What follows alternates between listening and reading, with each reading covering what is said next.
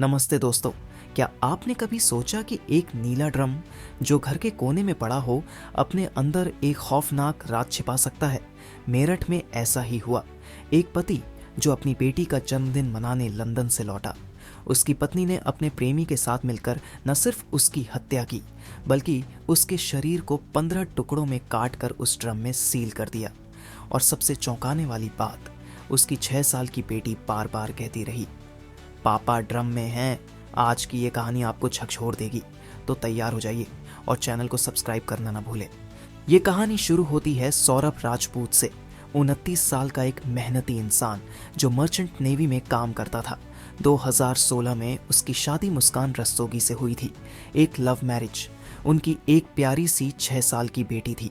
सौरभ पिछले कुछ सालों से लंदन में था, जहां वो एक बेकरी में काम करता था, लेकिन परिवार को बताता था कि वो जहाज पर है। 24 फरवरी 2025 को वो मेरठ लौटा अपनी बेटी और पत्नी के जन्मदिन को सेलिब्रेट करने, लेकिन घर में उसका इंतजार एक खतरनाक साजिश कर रहा था। उसकी पत्नी मुस्कान और उसका प्रेमी साहिल शुक्ला पहले से ही उसे रास्ते से हटाने का प्लान बना चुके थे। पुलिस की जांच में खुलासा हुआ कि ये साजिश कई महीनों से चल रही थी। मुस्कान और साहिल का अफेयर शुरू हुआ था 2024 में। साहिल 25 साल का एक लोकल लड़का मुस्कान को गांजा और ड्रग्स की लत लगा चुका था।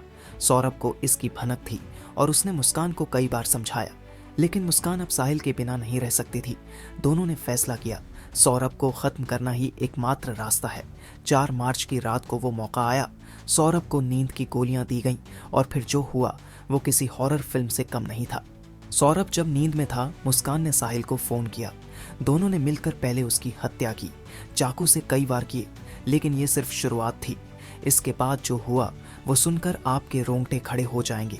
बाथरूम में ले जाकर सौरभ के शरीर को 15 टुकड़ों में काटा गया, हाथ, पैर, सिर सब अलग। फिर इन टुकड़ों को एक नीले ड्रम में डाला और सीमेंट डालकर सील कर दिया। मुस्कान ने अपनी बेटी को पहले ही नानी के घर भेज दिया था ताकि कोई गवाह न रहे, लेकिन क्या ये परफेक्ट क्राइम था? अभी तो बस आधा सच सामने आया है। हत्या के बाद दोनों ने सबूत मिटाने की कोशिश की। सौरभ के फोन से उसके परिवार को मैसेज भेजे गए जैसे कि वो अभी जिंदा हो। फिर दोनों हिमाचल प्रदेश घूमने निकल गए, शिमला और मनाली। वहां से सोशल मीडिया पर फोटो भी डाली ताकि किसी को शक न हो। 17 मार्च को वो मेरठ लौटे। मेरठ लौटने के बाद मुस्कान घबराई हुई अपने पिता के पास पहुंची। उसके चेहरे पर डर और पछतावे की लकीरें साफ झलक रही थीं। कांपती हुई आवाज में उसने कहा, पापा मैंने सौरभ को मार दिया, उसकी लाश एक ड्रम में पैक कर दी है। ये सुनते ही उसके माता पिता के पैरों तले जमीन खिसक गई। उसकी माँ के हाथ से पानी का गिलास गिर पड़ा। तूने ये क्या कर दिया मुस्कान? उसके पिता ने हैरानी और गुस्से में पूछा। हालात की गंभीरता को समझते हुए वे तुरंत मुस्कान को लेकर पुलिस स्टेशन पहुंचे, लेकिन कहानी यहाँ खत्म नहीं हुई। सौरभ के भाई का दावा है कि इस हत्या में मुस्कान अकेली नहीं थी, बल्कि उसके माता पिता भी इसमें शामिल थे। सौरभ के भाई ने यह भी कहा कि मुस्कान की परिवार ने पुलिस के सामने सरेंडर करने से पहले उन्होंने सौरभ की लाश को ठिकाने लगाने की कोशिश की।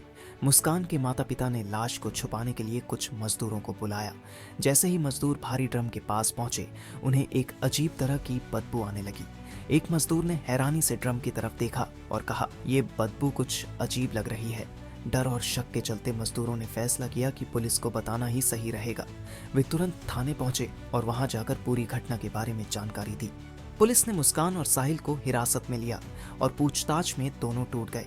साहिल ने कबूल किया कि उन्होंने सौरभ को मारा और शव को ड्रम में छिपाया। 18 मार्च को पुलिस घर पहुंची। वहां उन्हें वो नीला ड्रम मिला जो सीमेंट से सख्त हो चुका था।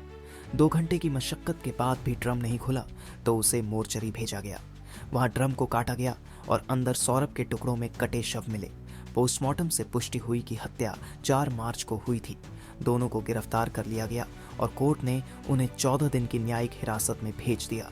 सौरभ की मां और उसके पूरे परिवार ने मुस्कान और साहिल के लिए फांसी की मांग की है। हैरानी की बात यह है कि मुस्कान के माता पिता ने भी अपनी बेटी के खिलाफ बोला। उसके पिता प्रमोद रस्तोगी ने कहा, उसने जीने का हक खो दिया है। सौरभ ने मेरी बेटी के लिए करोड़ों की संपत्ति छोड़ी थी। अब पूरा देश यही पूछ रहा है, क्या मुस्कान और साहिल को फांसी की सजा मिलेगी? ये कहानी सिर्फ एक मर्डर केस नहीं है, ये कहानी है प्यार और वफादारी की हकीकत की।